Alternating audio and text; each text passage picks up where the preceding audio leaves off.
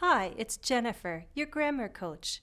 Today we're going to review coordinating conjunctions and adverbial time clauses and phrases.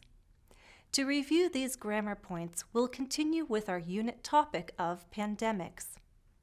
First, let's look at coordinating conjunctions. These connectors join independent clauses and link ideas of equal importance. All are preceded by a comma. They are sometimes called fanboys as a way to remember them. The first conjunction, for, shows cause or reason and is primarily used in formal language. The conjunctions and nor are used to show additional ideas, but nor is only used to connect negative ideas.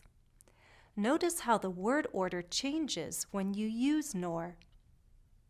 In these next two examples, but and yet connect contrasting ideas. Yet is used to indicate an unexpected contrast. In this example, it was unexpected or a surprise that older children and young adults got sick too. And finally, or connects alternative ideas, while so expresses results. It shows the idea in the second clause is the outcome of the first idea.